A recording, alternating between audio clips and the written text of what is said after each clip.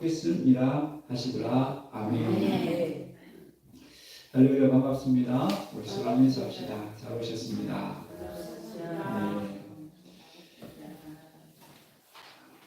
네. 여러분 지금 가지고 계시는 핸드폰을 검색하면 주로 어떤 사진들이 나올까요? 아마 멋진 경치가 있는 그런 사진, 또 맛있는 음식을 먹는 그런 장면들, 또 가족들이 아주 재밌게 또 모임을 가지는 그런 모습들, 그리고 반드시 여러분 사진에 꼭 있는 사진, 그게 뭡니까? 손주들의 사진.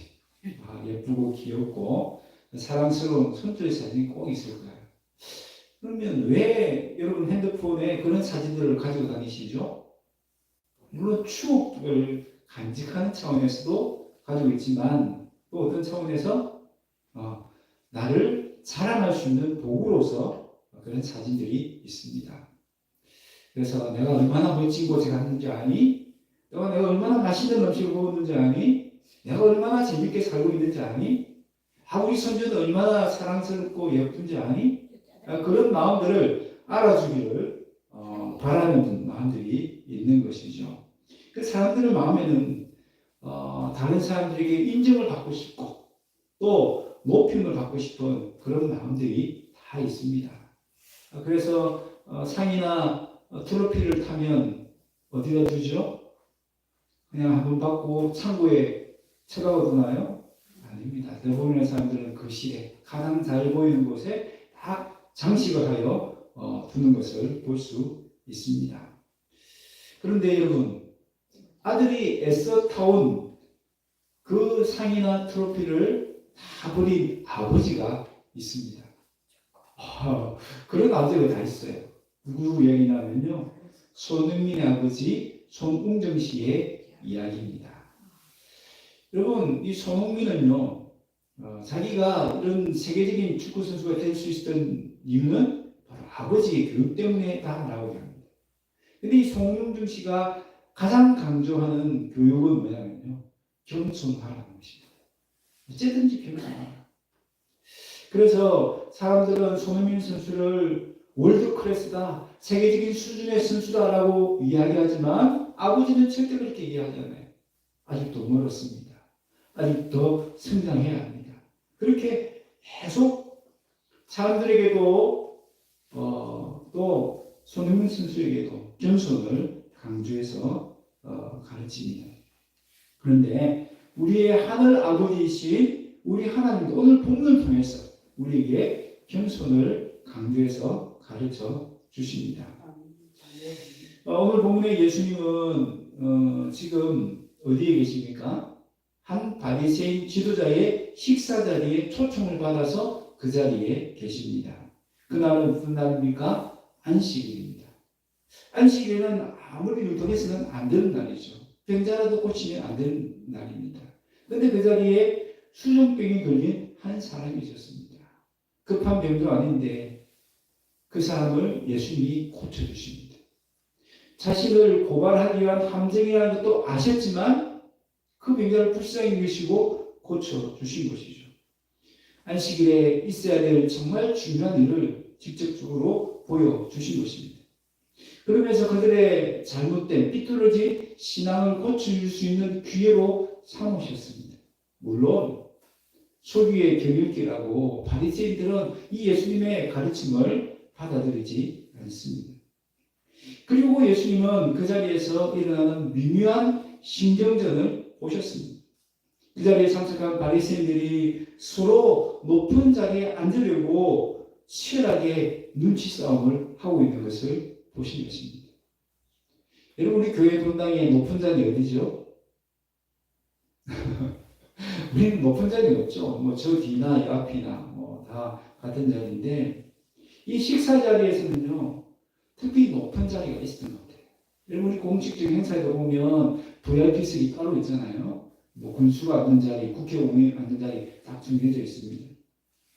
그런 당시 이 바리새인들은 스스로 자기를 높인 사람들입니다. 그러니까 나는 학문에 있어서도, 병건에 있어서도, 지위에 있어서도 누구보다 못하지 않다라는 그런 마음들이 강하게 있는 거예요. 그러니까 지금 바리새인들이 많이 모이는 이 자리에서 서로 내가 높다, 내가 더 높은 자리에 된다, 그렇게 신빙적을 펼치고 있는 것이 봅니다. 예수님 그 모습을 보면서 이들에게 겸손을 갖춰야겠다라는 기회로 도착을 하신 것입니다. 그래서 혼인잔치의 비유를 통해서 이들에게 겸손을 가르쳐줬습니다. 비유의 내용은 이렇습니다. 혼인잔치에는 정해진 자리가 없었던 것 같아요. 이 사람 여기 앉고 저 사람 저기 앉아야 된다. 지정석이 없었던 것이죠. 그러니까 오는 순서대로 내가 어디쯤 앉아야겠다. 내 지위와 명성에 어울리는 자리는 여기쯤이겠다라고 스스로 결정해서 앉았던 것 같습니다. 그런데 한 사람이 내가 가장 높은 사람일 거야 라고 생각하고 가장 높은 자리에 앉았다는 것입니다. 그런데 곧이어서 어떤 사람이 자기보다 더 지위도 높고 명성이 높은 사람이 딱 나타나는 거예요. 그러니까 주인이 그 사람을 딱 모시고 와서 지금 가장 높은 자리에 앉아있는 그 사람 앞에 딱 세우는 거예요. 그러면 어떻게 돼요? 그 높은 자리에 앉아있던 사람이 당연히 그 자리를 양보해야 되죠. 그러니까 공개적으로 부끄러움을 당하고 맨 끝자리에 앉게 되더라는 것입니다. 그러면서 중요한 교훈을 말씀하시죠. 주인이 그 자리에, 가장 높은 자리에 앉혀드릴 때에 비로소 그 사람이 모든 사람들 앞에서 공개적으로 영광을 얻게 되더라라고 결론을 냈습니다. 여러분, 이 비유에서 예수님이 강조하시는 것이 무엇입니까? 스스로 높아지려고 하는 것이 얼마나 어리석은가. 스스로 높아지려고 했는데 오히려 가장 부끄러움을 당하고 가장 곤두박질을 칠 수 있다는 것을 말씀해 주시는 거죠. 또 무엇을 강조해 주십니까? 주인이 높여주실 때에 진정한 영광을 얻게 된다라는 것을 강조해서 가르쳐 주십니다. 여러분, 오늘 본문에서 가르치는 겸손은요, 우리가 아는 겸손한 것은 조금 결이 다릅니다. 앞에서 말한 것처럼 세상 사람들은 겸손을 어떻게 생각하냐면 하나의 처세술로 생각합니다. 겸손해야 내가 높임을 받을 수 있다는 거죠. 여러분, 선거에 있어서도 사람들은 뭘 싫어하죠? 오만한 사람들, 거만한 사람들을 싫어합니다. 그러니까 사람들이 다들 어떻게 인사합니까? 90도 허리를 꺾어가면서 인사를 하잖아요. 그러니까 처세술로서 사람들은 다 겸손을 생각합니다. 성공의 도구로 생각하는 거죠. 또 우리나라 문화는 어떻습니까? 겸양의 미덕이라고 들어보셨습니까? 겸양, 겸손한 것을 아름다운 덕이다라고 생각을 한 것입니다. 그러니까 우리 이 문화 속에 살아오다 보니까 나도 모르게 그 겸양의 미덕에 많이 몸에 배어 있는 것이죠. 그런데 이 겸양의 미덕이 심각한 문제를 가지고 있습니다. 문제가 뭡니까? 사람들이 교만한 것, 오만한 것 싫어하니까 겉으로 어떻게 해요? 겉으로는 겸손한 척한다는 겁니다. 그렇지만 실제로 어때요? 스스로 자기를 높임을 받고 싶어하는 마음들이 있는 거죠. 그래서 자기를 높이지 않으면, 자기를 무시하면 얼마나 화를 내고 얼마나 기분 나빠하는지 모릅니다. 그러니까 그런 심리들이 우리에게 다 있다는 거죠. 그래서 욕망은 스스로 높아지고 싶은데 실제로는 안 그런 척, 그렇게 자신과 다른 사람들을 속이는 그런 모습들이 있다는 겁니다. 반면에 오늘 본문에서 강조하는 성경에서 말씀하는 겸손은 무엇일까요? 성경에서 말하는 겸손은요, 나는 스스로 죄인임을 깊이 깨닫는 것입니다. 나에게는 아무런 어이가 없음을 스스로 인정하는 것입니다.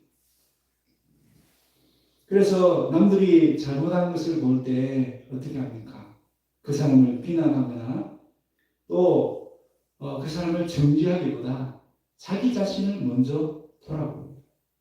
나에게는 저런 잘못이 없는가 스스로 돌아본다는 것입니다. 그리고 그런 것이 있으면 즉시 자신을 고치게 되는 것이죠. 그리고 내가 잘못했을 때는 자기를 합리화하거나 변명하지 않고요. 자신의 잘못을 인정하고 즉시 회개합니다. 또한 겸손은 나의 나된 것은 오로지 하나님의 은혜임을 깨닫는 것이 겸손입니다. 내가 성공했을 때도 내 능력으로 했다 하지 않습니다. 오로지 하나님의 은혜로 또 다른 사람의 도움을 받아서 내가 이 자리에 있다라고 인정을 합니다. 그래서 고린도서 10장 31절에서 말씀하는 먹든지 마시든지 무엇을 하든지 다 하나님의 영광을 위하여 하라는 이 말씀을 실천합니다. 또한 겸손은 무엇으로 나타납니까? 하나님의 뜻에 온전히 순종하는 모습으로 그 순종의 열매로 나타나는 것을 볼 수 있습니다. 그러므로 겸손해야만 우리는 하나님 백성다운 모습을 가지고 살 수 있습니다. 겸손은 내가 하나님의 백성이라는 증표이기도 한 것입니다. 여러분 한번 생각해 보십시다.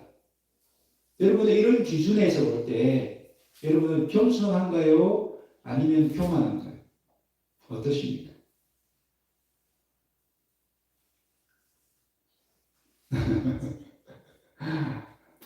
여러분 겸손하세요? 안 겸손하세요? 잘 모르시겠어요? 예, 내가 얼마나 회개의 삶을 살고 있는지, 내가 얼마나 말씀에 순종한 삶을 살고 있는지, 내가 얼마나 사람들을 사랑하고 용납하고 있는지, 얼마나 잘 이해하고 있는지 나 자신을 보면 압니다. 겸손한 사람은요, 그만큼 다른 사람을 다 포용하고 이해하고 용납합니다. 겸손한 사람은 하나님의 뜻을 최고의 뜻으로 받아들입니다.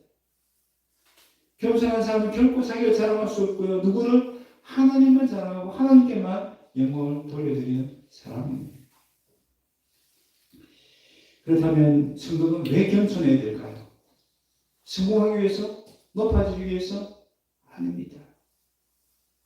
우리 사회의 문화가 그 겸양을 강조하기 때문에 아닙니다. 따라합시다. 우리는 예수님을 따르는 제자이기 때문입니다. 우리는 하나님의 백성이 되었기 때문에 겸손해야 하는 것입니다. 할렐루야. 할렐루야. 네. 예수님은 우리에게 겸손의 본을 남겨주셨습니다. 예수님은 하나님과 동등된 분이시죠. 그렇지만 그 동등됨을 취하지 아니하시고 인간의 몸을 입고 이 땅에까지 낮아지셨습니다. 그리고 십자가를 앞두고서도 자신을 주장하기보다 하나님의 뜻을 따를 정도로 겸손하셨습니다. 이 예수님을 가장 잘 본받는 사람 중에 한 사람이 바로 사도 바울입니다. 이 사도 바울의 고백을 한번 들어볼까요? 고린도서 11장 9절에서는 나는 사도 중에 지극히 작은 자라고 했습니다. 자기를 누구와 비교합니까? 사도들 무리 중에서 비교합니다. 그런데 그 다음에는 모든 성도 중에 지극히 작은 자보다 더 작다라고 해요. 사도에서 성도로 내려왔죠. 그런데 성도들 중에서도 자기는 가장 작은 자라는 거예요. 그리고 마지막으로 뭐라고 합니까?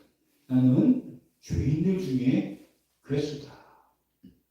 죄인들 중에서도 가장 흉악한 죄인이다라고 스스로 낮아진 것입니다. 사도에서 성도로, 성도에서 죄인으로 점점점 더 겸손해지는 이 사도 바울의 모습을 보지 않습니까? 여러분, 신앙이 성숙하고 신앙이 성장하는 만큼 겸손해야 될 줄로 믿습니다. 아멘. 신앙이 예수님을 믿는 년수는 많아졌는데 신앙은 성숙한 것, 성장한 것 같은데 교만하다. 그건 있을 수가 없는 겁니다. 맞지 않는 거예요. 신앙생활 오래 할수록 신앙이 성장할수록 우리는 더 겸손해야 합니다. 여러분, 배는 익을수록 어떻게 합니까? 배는 익을수록 술이라고 했습니다. 그럼 우리는 예수 믿는 세월이 많아질수록 믿음이 성장할수록 더 겸손해질 줄로 믿습니다. 여러분 겸손하여서 더 하나님 백성다운 성도들이 다 되시기를 바랍니다. 예수님은 이 비유를 통해서 하나님이 심판하시는 마지막 날에 있을 일을 미리 알려주십니다. 그것이 바로 뭡니까? 11절의 말씀입니다. 무릇 자기를 높이는 자는 낮아지고 자기를 낮추는 자는 높아지는 일이 언제 있느냐? 마지막 심판의 날에 있다는 것입니다. 마지막 날 스스로 높아지려고 했던 교만한 자들은 부끄러움을 당하게 되고, 반대로 끝자리에 앉아서 스스로 낮아지려고 했던 겸손한 자는 영광을 얻게 된다는 것입니다. 여러분, 마지막에 웃는 자가 승자인 줄 믿습니다. 마지막에 영광을 얻는 사람이 진짜 승자입니다. 세상에서 높임받고 세상에서 잘나고 이것도 중요하겠지만 더 중요한 것은 예수님 오셔서 그 마지막 날에 부끄러운 자리가 가느냐 영광의 자리가 가느냐, 그것이 더 중요하다는 것입니다. 그때 가서 부끄러운 자리, 그때 가서 저 멸망의 자리에 떨어지는 것 얼마나 비참하겠습니까? 비록 지금 이 세상에서는 연약하고 초라하고 비참하지만 마지막 날에 승리의 면류관을 얻게 된다면 그것이 더 좋은 것 아니겠습니까? 그런데 누가 그것을 결정한다고요? 오늘 성경에 보니까 주인이, 혼인잔치 주인이 다 결정하는 거예요. 결정권자가 누구? 주인이다. 혼인잔치의 주인. 그렇다면 이 혼인잔치의 비유의 주인은 누구겠습니까? 따라합시다. 하나님. 네, 하나님이 결정하시는 거예요. 하나님이 높여주시는 사람이 진정 영광을 얻게 된다는 것입니다. 여러분, 영광은 내가 스스로 높아진다고 해서 얻는 것이 아닌 것을 기억해야 해요. 영광은 하나님이 높여주실 때 내가 얻을 수 있는 것입니다. 그리고 우리는 세상은 나를 몰라줘도 하나님 나를 알아주시고 하나님 나를 인정해 주시면 그것은 충분합니다. 아니, 그것이 더 큰 영광입니다 라고 고백할 수 있어야 됩니다. 여러분, 중요한 것은 언제 영광이 결정된다고요? 마지막 날에. 주인이 높여주실 때 결정된다는 것입니다. 주인이 우리가 살아있는 동안에 높여주시면 그때 높임 받으시고, 이 땅에 살아있는 동안에 높여주시지 않을지라도 언제 마지막 날에 높여주신다는 것입니다. 그래서 우리 이 세상이 끝까지 나를 몰라주고 인정하지 않더라도 실망하지 말아야 됩니다. 왜 그렇습니까? 하나님은 나를 인정해 주시고 알아주시기 때문입니다. 뿐만 아니라 이 땅에서 높임 받지 못한다 할지라도 마지막 심판날에는 나를 높여주실 것이기 때문입니다. 여러분이 믿음으로 겸손할 수 있기를 바랍니다. 이런 바울은 예수님을 본받아서 겸손했지만 보세요. 이 세상에 높임을 받았나요? 아닙니다. 높임 받지 못했고요. 오히려 비참하게 순교의 피를 흘려야 했습니다. 세상 기준에 보면 가장 불쌍한 자라고 할 수 있습니다. 그런데 그는 무엇을 확신했습니까? 디모데후서 4장 8절 같이 한번 읽겠습니다. 시작. 이제 후로는 나를 위하여 어의 멸관이 예비되었으므로 주 곧 의로우신 재판장이 그 달에 내게 주실 것이며 내게만 아니라 주의 나타나심을 사모하는 모든 자에게 도움이다. 아멘. 그 후에는 예수님의 그 심판은 마지막 날에는 누구를 위해서? 나를 위하여 뭐가 예비되었다? 의의 멸관이 예비되었다. 그것은 내게만 주어지는 것이 아니라 또 누구에게도 예수님을 본받은 바울처럼 사는, 그렇게 겸손하게 주님을 바라보는 모든 사람에게 주어진다라고 약속해 주셨습니다. 여러분, 우리도 바울과 같은 믿음을 가져야 될 줄 믿습니다. 내 모습 보면 이 세상에는 비록 초라하고 가난하고 보잘것없고 사람들은 손가락질하고 핍박할지라도 마지막 날에는 승리가 있고 마지막 날에는 의의 밀고는 입혀주실 것이다. 씌워주실 것이다. 그 믿음으로 주님을 본받아서 겸손할 수 있기를 바랍니다. 아멘. 이어서 예수님은 청하는 사람들 향해서 누구를 통해서 베풀어야 하는지에 대해 교훈합니다. 앞에서는 누구에 대해서 얘기했죠? 청함을 받은 사람들 향해서 교훈을 주셨죠. 이제는 청하는 사람들에게 교훈을 주십니다. 베풀 때에 누구를 제외하라고 하죠? 다시 돌려줄 수 있는 그런 능력을 가진 사람들, 부자 이런 사람들에게 베풀지 말고 도로 갚을 능력이 없는 사람들, 당시에 가난한 자들, 몸이 불편한 자들, 전능자들, 맹인들을 청하라고 말씀합니다. 여러분 이 말씀의 의도는 뭘까요? 어떤 특정한 대상을 제외하라는 데 초점이 있는 것이 아닙니다. 내가 베풀 때에 도로 받을 생각을 하지 말라는 것입니다. 남들에게 베풀 때에 내가 어떤 보상이나 칭찬이나 인정이나 높임을 받기 위해서 베풀지 말라는 것입니다. 내가 높아지는 수단으로 베푸는 자비를 악용하지 말라는 것입니다. 오직 베풀 수 있다는 것을 감사하게 생각하고 그것으로 만족하라는 것입니다. 여러분 이런 가르침은 세상의 가르침과 정반대죠. 세상은 어떻습니까? 세상은 주는 것만큼 받기를 원합니다.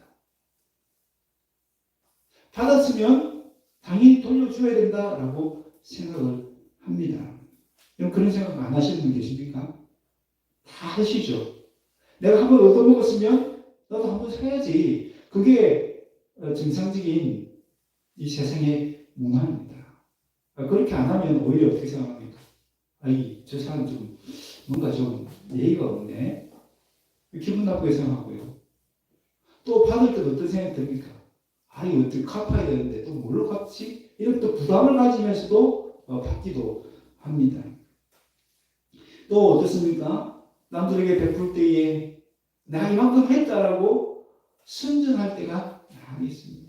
옛날에 보면 그 연말연시에 그 부르 이웃들 도울 때 그냥 하지 않습니까? 막 연탄 쌓아놓고 라면 박스 쌓아놓고 막 사진 찍고 뭐 하는 거예요? 나 이만큼 했다. 자랑하고 높임을 받기 위해서 그렇게 사진까지 찍고 하지 않습니까? 세상은 그렇다는 겁니다. 그런데 예수님은 그 반대로 말씀합니다. 나가 높아지기 위해서, 나를 선전하기 위해서 남에게 베풀지 말라는 것입니다. 내가 칭찬받기 위해서, 내가 높아지기 위해서, 또 다른 보상을 받기 위해서 베풀지 말라는 것입니다. 우리 예수님처럼 아낌없이 주는 나무와 같이 자기의 자신 모든 것을 다 드리라고 말씀하고 계시는 것입니다. 여러분, 예수님은 우리에게 아낌없이 주는 나무와 같이 모든 것을 주셨습니다. 여러분, 우리가 어떻게 그 큰 사랑을 다 갚을 수 있겠습니까? 내게 있는 가장 중요한 생명, 이 생명을 다 드린다고 해도 그 큰 사랑과 은혜를 갚을 수 있을까요? 여러분, 왜 우리가 이렇게 남에게 되돌림 받지 않는 마음으로 베풀어야 할까요? 한번 따라합시다. 우리는 갚을 수 없는 사랑과 은혜를 받은 사람이기 때문입니다. 여러분, 우리는 하나님에게 이미 갚을 수 없는 사랑을 받은 사람이에요. 우리 누구예요? 하나님의 백성이고 예수님의 제자들입니다. 예수님이 우리에게 갚을 수 없는 사랑을 베풀었다면 우리도 예수님을 따르는 제자로서 마땅히 그 대박품을 받으려고 베풀어서는 안 된다는 것입니다. 여러분, 아낌없이 주는 나무라는 책이 있습니다. 미국의 유명한 작가 슐버스타인이 지은 책인데요. 지금까지도 전 세계의 베스트셀러 책입니다. 어린 아이들에게 들려주는 동화책 같은 이야기인데요. 그렇지만 어린 아이들에게만 감동을 주는 것이 아니고 어른들에게도 깊은 감동을 주는 이야기입니다. 내용은 이렇습니다. 어느 마을에 나무 한 그루와 한 소년이 있었습니다. 소년은 매일 이 나무를 찾아가서 잎을 가지고 모자를 만들어 쓰기도 하고 나무에 매달려 그네를 타기도 했습니다. 세월이 흐르면서 이 소년이 이 나무를 떠났습니다. 그런데 필요할 때마다 찾아와서 자기가 필요한 것을 다 가져갑니다. 한 번은 열매를 가져가기도 하고 또 가지를 가져가기도 하고 심지어는 나무의 몸통까지도 가져갑니다. 그런 나무는 소년이 행복하기를 바랬기 때문에 자신이 그 모든 것을 내어주면서도 오히려 행복했다라고 합니다. 나중에 소년은 노인이 되었습니다. 더 이상 기력이 없어서 마지막으로 이 나무를 찾아왔습니다. 그때도 나무는 소년을 반갑게 맞이하고 이 소년이 가장 필요로 하는 이제 노인으로 지쳐서 더 이상 편히 쉴 곳이 없는 이 노인을 위해서 자기가 남은 마지막 하나 그루트기까지 그 노인이 쉴 수 있는 곳으로 제공했다라는 이야기입니다. 저는 이것은 부모의 사랑을 연상할 수 있죠. 아낌없이 다 내어주는 부모의 사랑이기도 합니다. 그러나 이 세상에 부모들이 다 그런 사랑을 할 수 없잖아요. 이 사랑은 누구만이 보여줄 수 있는 사랑이죠? 우리 예수님만이, 우리 하나님만이 보여줄 수 있는 사랑이고요. 실제로 이 사랑을 우리에게 보여주셨죠. 예수님은 자신의 생명까지 우리를 위해서 아낌없이 주셨습니다. 그런데 이 아낌없이 주는 나무의 결말은 쓸쓸하기만 합니다. 이 나무는 아무런 보상도 바라지 않고 이 소년에게 모든 것을 다 내어주었습니다. 그리고 마지막에 이 소년은 나무를 위해서 아무것도 해준 것이 없었습니다. 그런데 성경의 결말은 이 아낌없이 주는 나무와는 전혀 다릅니다. 이 쓸쓸한 결말이 아니라 해피엔딩으로 끝납니다. 아낌없이 주는 나무 같은 사랑을 베푼 우리 예수님에게 우리 하나님은 어떤 가장 큰 영광을 입혀주신 것을 볼 수 있습니다. 그리고 오늘 본문 14절 보세요. 14절에 어떤 복을 주십니까? 한번 같이 읽겠습니다. 그리하면 그들이 갚을 것이 없으므로 내게 복이 되니 이는 의인들의 보시에 내가 갚음을 받겠습니다. 아멘. 아멘. 내가 되갚음 받으려고 아낌없이 베풀면, 그래서 그 사람이 나에게 갚아주지 않으면 마지막에 누가 갚아주신다고요? 하나님이 갚아주신다. 하나님이 갚아주신다. 하나님이 보상해 주신다. 여러분, 사람이 내게 보상해 주는 것보다, 사람이 내게 칭찬해 주는 것보다 하나님 보상해 주시는 것이 얼마나 크고 영광스러운 것이겠습니까? 예수님 바로 그 얘기를 하고 계시는 겁니다. 그렇기 때문에 아낌없이 베풀라는 것입니다. 도로받을 생각하지 말고 베풀라는 것입니다. 칭찬과 기대가 높임 받기 위해서 베풀지 말라는 것입니다.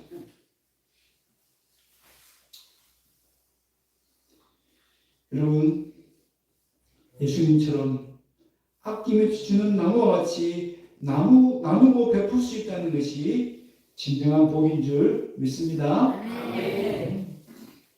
예수님 말씀하셨죠. 주는 것이 복이 있다, 받는 것이 복이 있다. 뭐가 맞아요? 여러분, 우리는 받을 때 복이 있다 생각하잖아요. 야, 받았으니 기분 좋다라고 얘기하잖아요. 근데 예수님 반대로 얘기하세요. 주는 것이 복이 있다. 왜요? 주는 것이 왜 복이 있다고요? 오늘 말씀 답이 있잖아요. 주면 하나님이 갚아주시기 때문에. 주면 다른 사람이 알아주기 때문에 복이 있는 것이 아니에요. 주면 다른 사람이 칭찬하기 때문에 복이 있는 것이 아니에요. 주면 하나님이 갚아주시는 것을 바라보면서 기뻐하고 그것이 복이 될 수 있다는 것입니다. 여러분, 그럼 우리는 기쁨으로, 감사함으로 베푸십시다. 아무것도 기대하지 말고 줬는데 안 주면 씁쓸하게 생각하고 그런 것 생각하지 말고 아낌없이 베푸십시오. 그래서 마지막 날 하나님이 갚아주시는 복된 인생이 되시기를 바랍니다. 아멘. 말씀을 맺습니다. 오늘 우리 주님은 하나님의 백성이 지녀야 될 가장 중요한 덕목 두 가지를 말씀해 주셨어요. 한번 따라합시다. 겸손, 겸손, 자비. 자비. 우리 예수를 따르는 제자로서 또 하나님의 백성으로서 가장 가져야 될 두 가지 덕목은 겸손과 자비입니다. 베푸는 것입니다. 여러분, 우리는 스스로 높아지려고 하지만 스스로 높아지려고 해서 영광을 얻지 못합니다. 그럼 우리는 스스로 낮아지려고 해야 되고 예수님을 본받아서 겸손해져야 합니다. 왜냐하면 하나님 높여주실 때에 우리는 진정한 영광을 얻기 때문입니다. 또한 하나님이 갚아주실 것을 기대하면서 우리는 아낌없이 베풀어야 합니다. 오늘 보상이나 칭찬이나 영광을 기대하지 않고 베풀 때에 하나님이 갚아주시기 때문입니다. 예수님처럼 아낌없이 주는 나무와 같이 세상에 나누고 베푸십시오. 특별히 뭘 나눠야 될까요? 뭘 나눠야 될까요? 우리가 받은 가장 소중한 것, 그것이 뭡니까? 따릅시다. 복음, 구원. 네, 구원의 기쁜 소식을 나누고 복음을 나누고 베풀어야 될 줄 믿습니다. 여러분, 나는 가난하니까 가진 것이 없으니까 베풀 수 없다고요? 아니요, 우리가 받은 귀한 것이 있습니다. 영생의 선물 우리가 받았잖아요. 그걸 우리가 베풀어야 돼요. 돈을 나누고 베풀 수 없다 할지라도 그것 그 귀한 영생의 복음을 나눠야 될 줄 믿습니다.